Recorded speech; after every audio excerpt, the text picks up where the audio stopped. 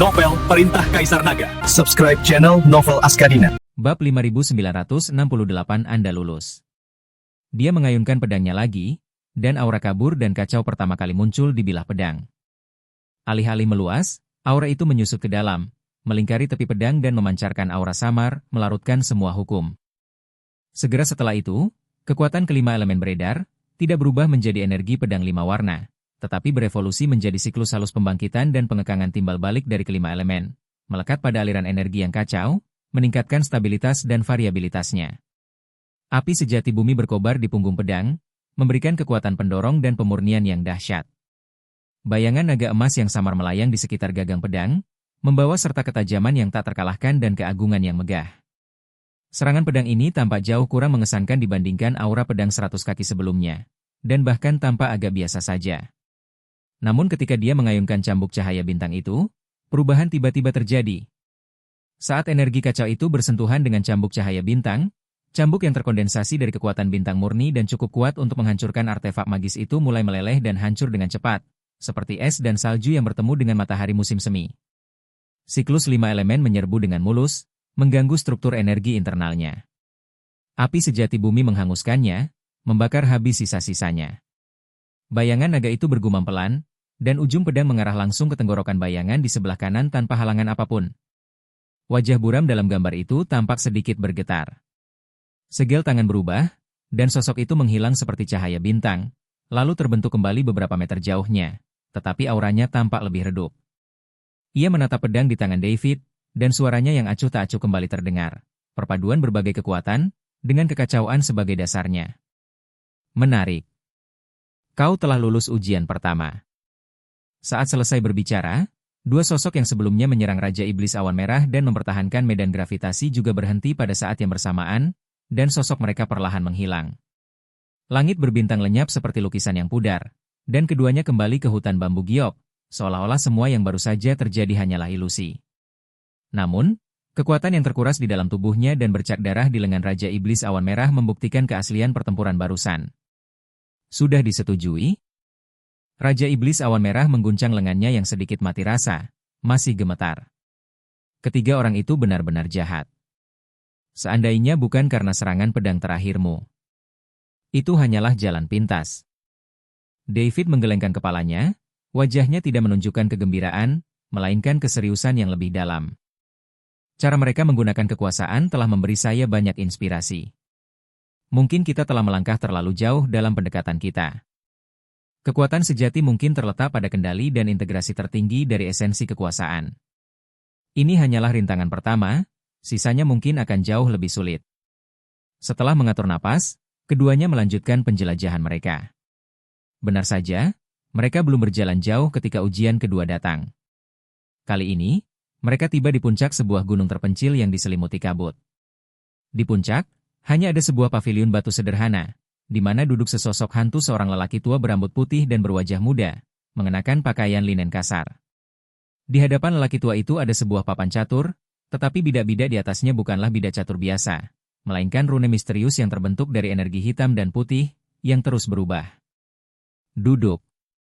Sosok ilusi lelaki tua itu mengangkat tangannya memberi isyarat, suaranya tenang, ujian kedua tidak akan menguji kemampuan bertarungmu, tetapi hanya pemahamanmu tentang Dao. Ini adalah permainan catur mekanisme Qi, yang berisi prinsip-prinsip kuno para kultivator Qi tentang menyerap langit dan bumi serta menyelaraskan Yin dan Yang. Sebagai pemain hitam, Anda melakukan langkah pertama dan menempatkan bidak Anda di titik di mana energi papan catur bertemu, sehingga memengaruhi perubahan dalam permainan. Jika Anda dapat membuat orang tua ini bangkit, atau menyebabkan permainan berkembang menjadi gambaran awal dari kekacauan, maka Anda telah berhasil. David dan Raja Iblis Awan Merah saling bertukar pandang, keduanya agak terkejut. Sedang bermain catur? Tes ini benar-benar di luar dugaan.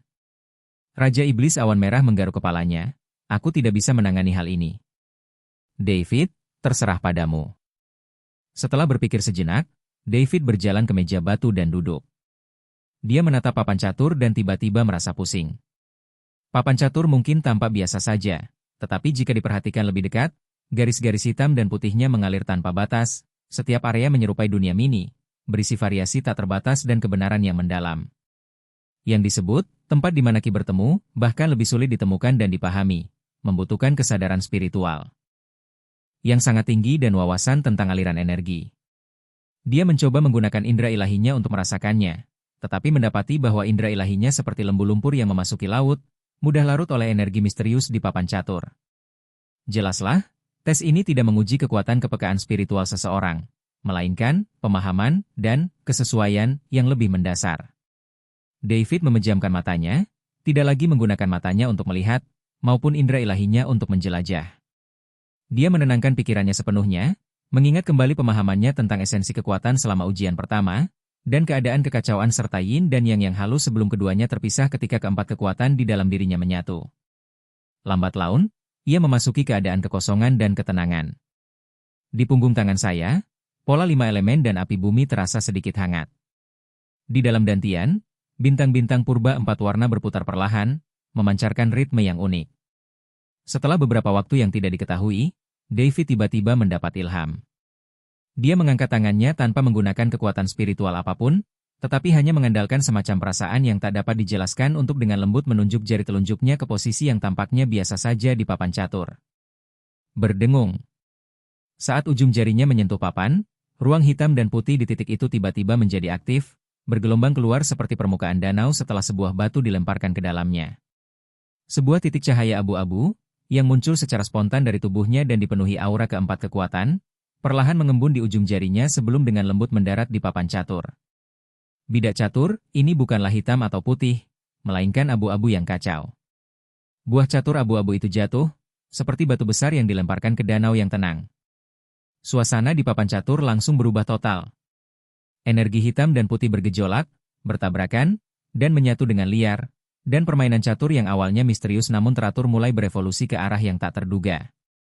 Untuk pertama kalinya, citra ilusi lelaki tua berpakaian lusuh itu menunjukkan perubahan yang mencolok dari ekspresinya yang biasanya tenang dan terkendali. Matanya berbinar-binar dengan cahaya yang menakjubkan saat dia menatap intently pada bidak catur abu-abu dan perubahan dramatis dalam permainan yang dipicunya. Di papan catur, ruang hitam dan putih tidak lagi dapat dibedakan dengan jelas, tetapi mulai menyatu dan berubah menjadi satu sama lain. Terkadang hitam melahirkan putih, terkadang putih melahirkan hitam, secara bertahap berevolusi menjadi bayangan unsur-unsur dasar seperti bumi, api, air, dan angin, yang kemudian saling memusnahkan dan menciptakan satu sama lain. Akhirnya, di tengah papan catur, area kecil berwarna hitam dan putih menghilang sepenuhnya. Hanya kabut kacau yang paling primitif dan purba yang tersisa, berputar perlahan. Meskipun jangkauannya sangat kecil, ia memancarkan aura kuno yang mengguncang jiwa. Awal dari kekacauan ini benar-benar awal dari kekacauan. Sosok ilusi lelaki tua itu bergumam sendiri, nadanya dipenuhi rasa tidak percaya dan terkejut. Dia mengangkat kepalanya dan menatap David dalam-dalam, seolah mencoba menembus dirinya. Seorang kultivator dari generasi selanjutnya ternyata mampu menyentuh kekuatan primordial seperti itu. Kalau begitu, kau telah lulus ujian ini. Bayangan ilusi lelaki tua itu, bersama dengan paviliun batu dan puncak yang terpencil, perlahan menghilang. Bab 5969, apakah hanya itu? David membuka matanya dan mendapati dirinya masih berdiri di tepi sungai di mata air bunga persik. Semua yang baru saja terjadi terasa seperti mimpi. Namun, ia dapat merasakan bahwa pemahamannya tentang perpaduan keempat kekuatan di dalam tubuhnya telah sedikit mendalam, dan perasaan akan awal mula kekacauan telah tertanam dalam jiwanya. Apa yang terjadi barusan? Aku melihatmu berdiri di sana dengan mata tertutup untuk beberapa saat, lalu lelaki tua itu membiarkanmu lewat, tanya Raja Iblis Awan Merah dengan rasa ingin tahu. Aku tidak bisa menjelaskannya, itu hanya sebuah perasaan. David tidak menjelaskan banyak. Pandangannya tertuju pada bagian terdalam mata air bunga persik, di mana awan dan kabut menyelimuti area tersebut, dan samar-samar terlihat garis besar sebuah gua kuno. Di depan seharusnya terdapat tempat tinggal gua terakhir. Ujian ketiga mungkin berada tepat di pintu masuk gua. Keduanya mempercepat langkah mereka. Tak lama kemudian, sebuah gua alami setinggi sekitar 10 kaki terlihat. Pintu masuk gua tertutup oleh lapisan tirai cahaya 7 warna yang berkabut dan berkilauan, di atasnya mengalir rune kuno yang tak terhitung jumlahnya, lebih rumit dan mendalam daripada yang ada di papan catur sebelumnya. Di kedua sisi pintu masuk gua berdiri sebuah patung batu.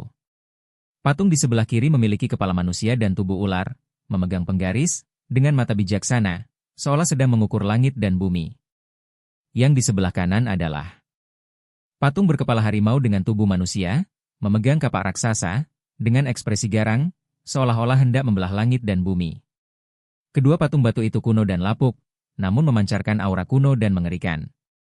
Ketika David dan Raja Iblis Awan Merah mendekati pintu masuk gua hingga jarak 100 kaki, mata kedua patung batu itu tiba-tiba menyala. Bukan kilauan batu permata, melainkan cahaya ilahi yang semarak dan seolah hidup. Wahai makhluk masa depan, hentikan perjalananmu. Patung batu berkepala manusia dan berbadan ular itu berbicara dengan suara lembut namun tak dapat disangkal berwibawa. Inilah tempat di mana tuanku bermeditasi dalam pengasingan. Hanya mereka yang memiliki takdir, kebajikan, dan kemampuan yang tepat yang boleh masuk. Dua tes pertama akan menilai kekuatan dan pemahaman Anda. Tes ketiga akan menilai keteguhan hati, kemauan, dan kapasitas Anda. Patung batu berkepala harimau berbadan manusia itu meraung seperti guntur. Hanya dengan menembus tubuh pelindung kami atau mendapatkan persetujuan kami, kau bisa masuk.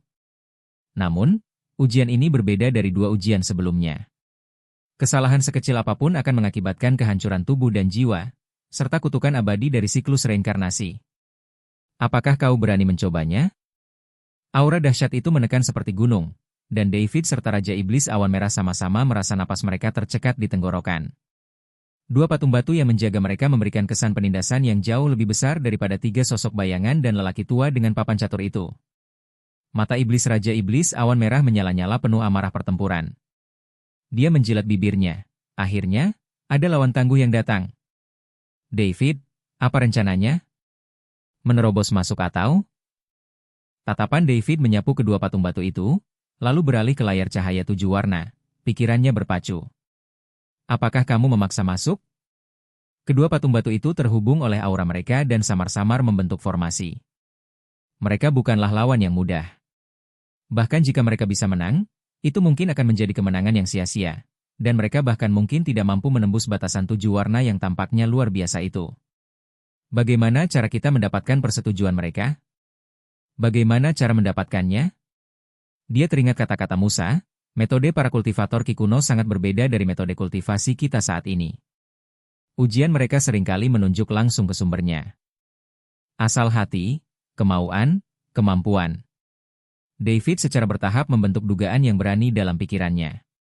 Ia melangkah maju, menangkupkan kedua tangannya ke arah dua patung batu itu, dan berkata tanpa kerendahan hati maupun kesombongan, "Para senior, saya David. Saya datang ke sini untuk berusaha menyatukan kekuatan supranatural saya dan meningkatkan kultivasi saya untuk melawan roh jahat. Saya tidak bermaksud menyinggung para bijak kuno.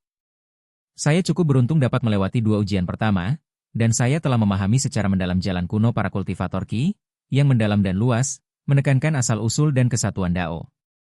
Untuk ujian ketiga, saya ingin menawarkan Dao saya sendiri untuk dievaluasi oleh para senior." Setelah mengatakan itu, dia tidak mengambil posisi bertarung, melainkan perlahan menutup matanya. Di dalam tubuhnya, bintang purba di dantiannya diaktifkan sepenuhnya, berputar perlahan dan memancarkan cahaya serta fluktuasi yang semakin kuat. Pada saat yang sama, ia menyampaikan pengalaman, keyakinan, dan ketekunannya sepanjang perjalanan, terutama tekadnya untuk berjuang demi perlindungan, untuk teguh dalam membalas dendam, dan untuk tidak menyerah dalam mengejar jalan, tanpa ragu-ragu, melalui fluktuasi kekuatan yang menyatu ini. Ini bukanlah serangan, melainkan sebuah demonstrasi, suatu bentuk komunikasi. Aura kabur dan kacau pertama kali menyebar, membawa serta keluasan yang meliputi segalanya dan mengembangkan segala sesuatu. Kemudian, cahaya dari 5 elemen beredar, berinteraksi dan saling menahan, sehingga mengungkapkan dasar dari dunia. Kobaran api bumi yang menjulang tinggi mengandung makna ganda, yaitu kehancuran dan penciptaan. Jeritan panjang naga berwarna emas pucat itu menandakan semangat yang tak terkalahkan dan keberanian untuk menaklukkan. Keempat kekuatan tersebut tidak terpisah secara jelas, tetapi di bawah kekuasaan kekacauan, mereka berjuang namun bertekad untuk menyatu dan beresonansi, membentuk medan kekuatan unik yang tidak sempurna tetapi penuh dengan kemungkinan tak terbatas. Garis-garis di punggung tangan David bersinar terang, dan sebuah tanda samar dan misterius yang dibatasi oleh 4 warna cahaya bahkan muncul di dahinya. Raja Iblis Awan Merah menyaksikan dengan tercengang dan terdiam. Dia bisa merasakan aura yang semakin dalam dan purba yang terpancar dari David, yang tidak seperti sistem kultivasi apapun yang dia ketahui. Mata kedua patung batu itu, yang awalnya dingin dan megah, mulai bergetar hebat dengan cahaya ilahi. Mereka sepertinya telah melihat semua yang ditunjukkan David. Kekuatan yang kompleks namun sangat dahsyat itu, kemauan yang teguh, hati yang melindungi yang tetap ada meskipun terjadi pembantaian, dan keberanian untuk mencoba menggabungkan asal-usul yang berbeda dan menempa jalan baru. Setelah keheningan yang panjang, patung batu berkepala manusia dan bertubuh ular itu perlahan membuka mulutnya, suaranya membawa emosi kompleks yang tak terlukiskan. Dengan kekacauan sebagai panduan, keempat kekuatan awalnya bergabung. Jalanmu terjal dan berbahaya, tidak seperti apapun yang pernah dilihat sebelumnya. Namun, perubahan dan penciptaan yang terkandung di dalamnya secara halus selaras dengan prinsip mendalam yang direnungkan oleh junjungan kita di tahun-tahun terakhirnya, segala sesuatu kembali kepada asalnya, dan dari asal mula segala sesuatu muncul. Patung batu berkepala harimau dan berbadan manusia itu melanjutkan, dengan kemauan yang teguh, tak tergoyahkan oleh kejahatan eksternal, memiliki kemauan untuk melindungi dan keberanian untuk membuka jalan kemampuannya dapat diterima. Kedua patung batu itu saling memandang dan mengangguk serempak. Silakan masuk, kata patung batu berkepala manusia dan berbadan ular itu. Di dalam gua, setiap orang harus bergantung pada takdirnya sendiri dan bertindak sesuai dengan itu. Tambah patung batu berkepala harimau dan berbadan manusia itu. Begitu kata-kata itu terucap, cahaya ilahi di mata kedua patung batu itu perlahan memudar, dan mereka kembali menjadi batu dingin. Pada saat yang sama, tirai cahaya warna-warni di pintu masuk gua, seperti permukaan air yang dilempari kerikil, beria keluar dari tengah, lalu menghilang tanpa suara, memperlihatkan gua yang dalam di baliknya. Ini dia. Raja Iblis Awan Merah agak tak percaya. Pertempuran dahsyat yang telah ia antisipasi ternyata tidak terjadi. Bab 5970 Pencarian yang tak pernah berakhir. David perlahan membuka matanya. Bayangan samar tanda di dahinya memudar, dan wajahnya sedikit pucat. Pertunjukan menyeluruh barusan telah menguras energi mentalnya. Dia menghela napas lega, sepertinya kita telah mengambil keputusan yang tepat. Para kultivator Ki kuno menghargai harmoni antara pikiran mereka dan jalan yang mereka ikuti, daripada hanya mengandalkan kemampuan bela diri. Mari kita masuk. Keduanya berjalan masuk ke dalam gua, satu demi satu. Gua itu tidak semewah yang dibayangkan. Sebaliknya, gua itu sangat sederhana. Lorongnya luas, dan dinding batunya halus. Sesekali, terlihat beberapa mural kuno yang telah lama kehilangan kilaunya, menggambarkan adegan orang-orang kuno melakukan pengorbanan, mengamati langit dan bumi, serta menelan awan. Energi spiritual di sini lebih kaya dan lebih murni daripada di dunia luar, dan perasaan kuno serta mendalamnya bahkan lebih kuat. Setelah berjalan selama kurang lebih waktu yang dibutuhkan sebatang dupa untuk terbakar, sebuah gua alami yang sangat besar tiba-tiba muncul di hadapan kami. Di tengah gua terdapat sebuah kolam kecil, permukaannya yang jernih memantulkan cahaya bintang yang tak berujung saat air mengalir perlahan. Di atas kolam, 3 benda melayang di udara. Di sebelah kiri terdapat gulungan bambu kuno, bukan sutra maupun kulit, berwarna kuning gelap, diikat dengan sejenis benang sutra hitam yang tidak diketahui jenisnya, memancarkan aura pengetahuan yang luas. Di sebelah kanan terdapat sebuah guci tembikar berwarna keabu-abuan dengan bentuk aneh, seukuran telapak tangan. Mulut guci tertutup, tetapi Anda samar-samar dapat mendengar suara angin dan guntur serta merasakan denyut bumi. Di tengah-tengahnya terdapat bola cahaya seukuran kepalan tangan yang terus-menerus mengubah warnanya yang kacau. Di dalam bola itu, tampak sekilas penampakan galaksi yang lahir dan mati, serta penciptaan dunia, memancarkan aura paling primitif dan memikat yang menarik perhatian David. Di samping kolam itu terdapat kerangka yang tampak seperti hidup, terbalut kain rami dan memiliki rambut serta janggut putih. Kerangka itu, tanpa kehidupan sedikit pun, masih mempertahankan postur tegak menjulang, mewujudkan dao, dan membangkitkan kekaguman pada semua orang yang melihatnya. Di tanah di depan kerangka itu, terukir beberapa baris teks kuno. David dan Raja Iblis Awan Merah menahan napas dan mendekat untuk melihat lebih jelas. Tulisan itu bukanlah tulisan umum di alam abadi, tulisan itu lebih berupa piktografis dan kuno. Namun anehnya, ketika mata David melihatnya, dia langsung mengerti artinya. Aku Hong Yuan, seorang pemurni Qi. Aku merasa waktuku akan segera berakhir, jadi aku meninggalkan warisanku di sini untuk seseorang dengan takdir yang tepat. Di sebelah kiri adalah bab sejati pemurnian Qi primordial, yang merupakan garis besar umum pemurnian Qi dalam hidupku, menjelaskan prinsip-prinsip diferensiasi kekacauan dan mekanisme Qi dari segala sesuatu. Di sebelah kanan adalah kuali gunung dan sungai, yang berisi secuil esensi gunung dan sungai bawaan. Kuali ini dapat menekan roh jahat, menyehatkan pembuluh spiritual, dan membantu Seseorang memahami kebajikan agung bumi. Yang utama adalah benih sumber arus, yang saya peroleh dengan mengamati tepi laut kekacauan selama 10.000 tahun dan memadatkan jejak energi purba. Ia mengandung kemungkinan tak terbatas, tetapi juga risiko yang tak terduga. Hanya mereka yang memiliki ketekunan besar, keberuntungan besar, dan fondasi dalam kekacauan yang dapat menyentuhnya. Hati-hati. Kepada mereka yang mewarisi warisan ini di generasi mendatang, saya harap kalian akan menggunakannya dengan bijak dan tidak menodai nama kita, para kultivator Ki. Dunia ini luas, dan jalan kultivasi tidak ada habisnya. Semoga kalian...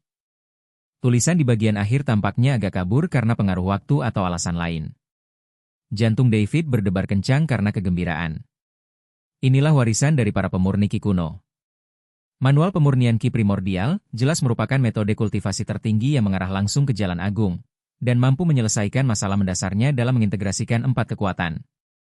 Kuali gunung dan sungai itu juga merupakan harta karun yang luar biasa. Tetapi yang paling menarik perhatiannya tak diragukan lagi adalah benih sumber arus. Dia dapat merasakan dengan jelas bahwa kekuatan abadi yang kacau dan bintang-bintang purba 4 warna di dalam tubuhnya telah mengembangkan keinginan dan resonansi yang belum pernah terjadi sebelumnya terhadap benih purba yang kacau itu. Raja Iblis Awan Merah menunjukkan sedikit minat pada teknik kultivasi dan benih sumber. Tatapannya menyapu sekeliling gua, dan tiba-tiba, dia menggerakkan hidungnya dan mata iblisnya tertuju pada celah yang tidak mencolok di sudut gua. Di sana, sehelai rumput kecil yang aneh, tembus cahaya dengan 9 lubang dan memancarkan aroma menyegarkan yang menyejukkan jiwa, bergoyang lembut. Rumput jiwa ilahi 9 lubang. Raja Iblis Awan Merah berteriak, suaranya dipenuhi kegembiraan dan ekstasi yang luar biasa. Dia tidak pernah menyangka akan menemukan rumput jiwa ilahi 9 lubang yang dibutuhkannya di sini. David juga sangat terkejut. Senior, ini benar-benar seperti menemukan sesuatu yang selama ini kamu cari tanpa usaha sama sekali. Sambil menahan kegembiraannya, David berkata kepada Raja Iblis Awan Merah, kau pergi dan ambil ramuannya. Aku akan mengambil warisannya. Kita tidak boleh tinggal di sini lebih lama lagi, mari kita pergi segera setelah kita mendapatkannya. Raja Iblis Awan Merah mengangguk dengan tegas, dengan penuh semangat namun hati-hati mendekati celah di batu itu. David kemudian dengan hormat membungkuk 3 kali kepada jenazah kultivator Ki kuno bernama Hong Yuan. Senior, saya David. Karena saya beruntung berada di sini, saya akan memenuhi harapan Anda, memanfaatkan warisan ini dengan baik, dan terus maju. Setelah membungkuk, ia pertama-tama berjalan menuju gulungan bambu, kitab suci pemurnian Ki primordial. Saat jarinya menyentuh gulungan bambu itu, gulungan itu terbuka secara otomatis, dan pesan-pesan kuno yang tak terhitung jumlahnya membanjiri pikirannya seperti arus deras. Ini bukan sekadar teks, di dalamnya terdapat esensi Dao Agung, lintasan aliran energi, dan diagram visualisasi yang tak terhitung jumlahnya. Jumlah informasi yang diterima begitu banyak sehingga, bahkan dengan kekuatan spiritualnya saat ini, ia merasa pusing dan harus duduk bersila untuk mencernanya. Setelah sekian lama, David membuka matanya, yang dipenuhi dengan keterkejutan dan pencerahan. Aku mengerti. Ki, yang dirujuk oleh para kultivator Ki bukan hanya energi spiritual, tetapi keadaan fundamental dari semua energi, materi, dan bahkan aturan. Kekacauan berubah menjadi satu Ki. Satu Ki melahirkan Yin dan Yang, Yin dan Yang berevolusi menjadi 5 elemen. Kunci untuk menyelaraskan berbagai kekuatan terletak pada menemukan sumber Ki yang sama, menggunakan kekacauan sebagai katalis dan kemauan sendiri sebagai tungku untuk memurnikannya kembali. Buku panduan pemurnian Ki primordial ini tampaknya membuka pintu baru baginya, menyelesaikan banyak kebingungannya sebelumnya tentang penggabungan kekuatan dan bahkan menunjukkan jalan menuju masa depan. Dia dengan hati-hati memasukkan potongan bambu itu ke dalam cincin penyimpanannya, lalu memandang kuali gunung dan sungai. Ketika ia mencoba mengambilnya, kuali kecil itu sedikit bergetar, seolah-olah menolak. Tetapi ketika David menggunakan jejak Ki primordial yang baru saja ia pahami untuk melingkari telapak tangannya, kuali kecil itu menjadi tenang dan berhasil diambil. Akhirnya, pandangannya tertuju pada benih sumber saat ini. Inilah yang paling menarik perhatiannya, dan juga yang paling berbahaya. Dia menarik napas dalam-dalam dan mengikuti metode menenangkan pikirannya serta berkomunikasi dengan asalnya seperti yang tercatat dalam bab sejati pemurnian Ki primordial. Dia perlahan mengulurkan tangannya, dan telapak tangannya memperlihatkan aura aslinya, yang berwarna abu-abu kabur dengan cahaya bintang 4 warna, perpaduan dari 4 kekuatan. Dia dengan hati-hati mendekati benih sumber kekacauan. saat auranya bersentuhan dengan benih sumber. Ledakan. Raungan yang memekakan telinga, seolah-olah langit dan bumi sedang diciptakan, meledak di benak David. Benih purba yang kacau itu tiba-tiba meledak dengan cahaya menyilaukan yang tak terlukiskan, seketika menelan David. Sebuah kekuatan primordial kekacauan yang murni, kuno, tertinggi, namun sangat dahsyat, menyerbu tubuhnya seperti bendungan yang jebol. Bab 5971 Peningkatan Kekuatan yang Cepat. Ugh. David mengeluarkan raungan yang merupakan campuran rasa sakit dan ekstasi. Banyak luka berdarah langsung muncul di permukaan tubuhnya, tetapi dengan cepat disembuhkan oleh kekuatan kekacauan, dan kemudian terbuka kembali. Dantiannya terasa seperti akan meledak, dan bintang purba 4 warna itu benar-benar tenggelam dan tersapu oleh gelombang energi purba yang kacau. Ini bukanlah integrasi yang lembut, melainkan penyerapan dan pembentukan ulang yang mendominasi. David merasakan kesadarannya melayang di tengah kekacauan yang tak terbatas, seolah-olah ia telah menjadi setitik debu di awal alam semesta, menyaksikan berkumpul dan tersebarnya nebula, kelahiran dan kematian galaksi, dan merasakan gelombang kekuatan paling purba. Tubuhnya, meridiannya, tulangnya, organ dalamnya, bahkan setiap tetes darah dan setiap selnya sedang dicuci, diubah, dan disublimasikan secara gila-gilaan oleh kekuatan paling purba ini. Kekuatan abadi yang kacau di dalam dirinya tampaknya telah bertemu dengan seorang raja, bersorak dan dengan cepat berasimilasi serta memperkuat dirinya sendiri. Kekuatan 5 elemen, esensi sejati api bumi, dan garis keturunan naga emas, di bawah dampak absolut dari asal mula ini, penolakan dan penghalang asli secara paksa dihancurkan, dan mulai menyatu menuju asal mula kekacauan di pusat dengan kecepatan lebih cepat dan dengan cara yang lebih dalam. Bintang purba 4 warna itu tidak runtuh dalam arus yang kacau. Sebaliknya, tampaknya ia telah menerima nutrisi yang paling berharga, ukurannya bertambah lagi, cahayanya semakin terang, dan keempat warnanya semakin pudar. Lambat laun, warnanya berubah menjadi abu-abu yang kabur dan tak jelas, dan struktur internal bintang itu menjadi semakin kompleks dan misterius, seolah-olah benar-benar berevolusi menjadi dunia kacau yang mini. Kultivasinya, yang awalnya kokoh di puncak peringkat kelima alam dewa surgawi, hancur satu demi satu seperti kertas di bawah hantaman kekuatan yang mengerikan ini. Tingkat ke-6 Dewa Abadi. Tingkat menengah peringkat ke-6 alam Dewa Abadi. Tahap akhir dari peringkat ke-6 alam Dewa Abadi. Tingkat ke-7 alam abadi surgawi. Pada akhirnya, tingkat kultivasinya tetap berada di tahap awal peringkat ke-7 alam Dewa Abadi. Namun ini hanyalah peningkatan energi. Transformasi sejati terletak pada esensi hidupnya, esensi kekuatan, dan lompatan dalam pemahamannya tentang Dao Agung. Setelah waktu yang tidak diketahui, cahaya benih asal kekacauan secara bertahap memudar, akhirnya menyatu sepenuhnya ke dalam tubuh David dan menghilang. Gejala-gejala aneh pada tubuh David berangsur-angsur mereda. Dia tetap berdiri di sana, matanya terpejam. Namun, seluruh sikap dan perilakunya mengalami perubahan drastis. Ketajaman yang dulu dimilikinya kini telah menjadi lebih terkensali dan mendalam, seperti kolam kuno tanpa dasar. Kulitnya sebersih dan sehalus giok, dengan cahaya lembut yang memesona. 5 elemen dan pola api bumi di punggung tangannya telah menghilang, digantikan oleh tanda pusaran kacau yang sangat samar, hampir tak terlihat, dan berputar perlahan di telapak tangannya. Rambutnya bergerak tanpa tertiup angin, ujungnya tampak diwarnai dengan warna yang acak-acakan. Ketika ia membuka matanya, sebuah penglihatan sekilas tentang penciptaan dan kehancuran bintang-bintang terlintas di hadapannya, sebelum kembali ke keadaan yang dalam dan tenang. Dia mengepalkan tinjunya dengan ringan, tanpa menggunakan kekuatan spiritual apapun, tetapi kekuatan fisiknya saja menyebabkan ruang di sekitarnya bergetar di bawah tekanan yang sangat besar. Di dalam tubuhnya, energi primordial yang telah berubah menjadi bintang kacau, perlahan berputar, memancarkan kekuatan yang tak terbatas namun terintegrasi sempurna. Keempat kekuatan kekacauan, 5 elemen, api bumi, dan naga emas kini telah menyelesaikan pemurnian kebenaran tahap awal. Dengan kekacauan sebagai fondasinya, mereka telah menyatu sempurna tanpa hambatan apapun dan dapat beroperasi sesuka hati. Sebuah perasaan kekuatan yang belum pernah terjadi sebelumnya memenuhi seluruh tubuhku. Panggilanah. David menghembuskan napas panjang yang terasa pengap, bahkan membawa nuansa samar dan kacau yang bertahan lama. Dia tahu bahwa perjalanan ke gua ini telah menghasilkan jauh lebih banyak daripada yang dia harapkan. Dia tidak hanya menerima warisan seorang kultivator ki kuno yang menunjuk langsung ke jalan agung, tetapi dia juga menyatu dengan benih asal kekacauan, menyelesaikan perubahan kualitatif awal dalam kekuatannya dan menembus 2 tingkatan dalam kultivasinya. Pada saat ini, Raja Iblis Awan Merah juga dengan hati-hati membawa rumput 9 lubang yang memancarkan cahaya jiwa yang lembut, wajahnya dipenuhi dengan kegembiraan yang hampir tak tertahankan. Aku mendapatkannya. Aku benar-benar mendapatkannya. Dengan ini, aku bisa menyelamatkannya. Ketika melihat perubahan David, dia semakin terkejut. Kau tampak seperti orang yang sama sekali berbeda. Tingkat kultivasimu. Alam Dewa Surgawi tingkat 7. Bola cahaya itu sebenarnya apa? David tersenyum tipis, senyumnya memancarkan aura otoritas dan ketenangan yang tak dapat dijelaskan. Sebuah keberuntungan. Senior, selamat atas tercapainya keinginan Anda. Kami juga harus pergi sekarang. Warisan di sini telah diperoleh, dan tempat tinggal gua ini kemungkinan akan segera ditutup atau menjadi tidak stabil. Seolah untuk menguatkan kata-katanya, seluruh gua mulai bergetar sedikit, dan mural kuno di dinding batu dengan cepat meredup.